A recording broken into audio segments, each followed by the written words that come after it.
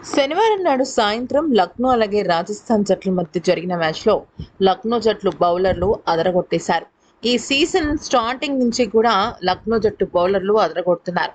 దీంతో లక్నో జట్టు మంచి పోటీతత్వాన్ని ప్రదర్శిస్తూ ఈ ఐపీఎల్ సీజన్లో నువ్వా నేనా అన్నట్టుగా వాళ్ళ ఒక గెలుపు అనేది ఉంటుంది. దాదాపుగా ఈరోజు మ్యాచ్ రాజస్థాన్ జట్టే గెలుస్తుందని అందరూ అనుకున్నారు. కానీ ఇక పాపం యశస్వి జైస్వాల్ పోరాటం అయితే వృధా అయింది. ఆవేశ్ ఖాన్ ఆఖరి ఓవర్లో మలుపు తిప్పాడు. కానీ రిషబ్ పంత్ ఎవరైతే లక్నో జట్టు కెప్టెన్గా వ్యవహరిస్తున్నాడో అతను మాత్రం అసంతృప్తిగా ఉన్నట్టు తెలుస్తుంది. అసలు ఇందుకీ తను ఏమన్నాడంటే, ఈరోజు నాకు మనశ్శాంతిగా ఉందా లేదా ఆనందంగా ఉందా అంటే బహుశా రెండని చెప్పుకోవాలి. దాదాపుగా 20 ఓవర్ల పాటు ఎంత నరకమైన టెన్షన్ అనుభవించానో ఆ దేవుడికే తెలియాలి. ఎందుకనంటే ఇటువంటి మ్యాచెస్‌లో మన వ్యక్తిత్వం ఏంటి అనేది బయటపడుతూ ఉంటుంది.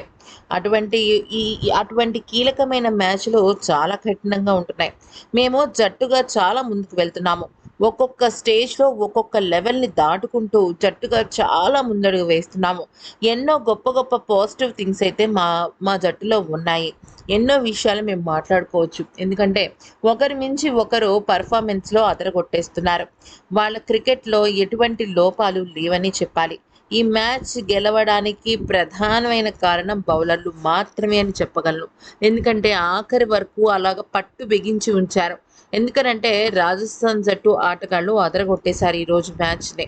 వాళ్ళ బ్యాటింగ్ నిజంగా అద్భుతం. యశస్వి జైస్వాల్ కానీ, టీనేజర్‌గా వచ్చిన వైభవ్ సూర్యవంశీ కూడా ఎంతో అద్భుతంగా ఆడాడు.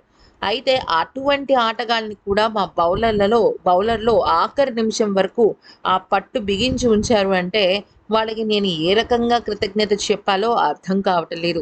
ఆవేష్ ఖాన్ అనేవాడు మా జట్టుకి ఈరోజు చేసిన అద్భుతం బహుశా ఈ సీజన్ మొత్తం అంతా కూడా గుర్తుంటుందని అనిపిస్తుంది.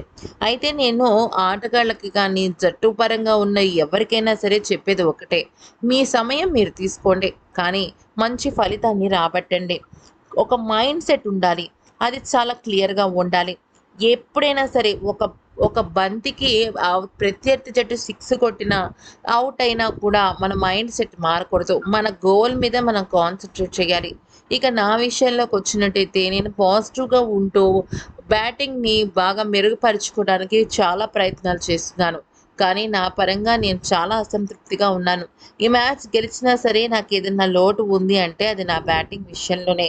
ఖచ్చితంగా నేను మళ్ళీ తిరిగి పుంజుకుంటాను. నా ఫామ్‌లోకి తిరిగి మళ్ళీ వస్తాను.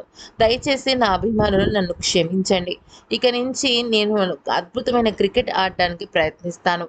ఒక్కొక్కసారి ఇటువంటి సిట్యుయేషన్స్ ఎక్కువగా వస్తూ ఉంటాయి అంటూ తన బ్యాటింగ్ విషయంలో అసంతృప్తిని వ్యక్తపరచడమే కాకుండా ఇక నుంచి అలా జరగదు అంటూ చెప్పుకొచ్చాడు.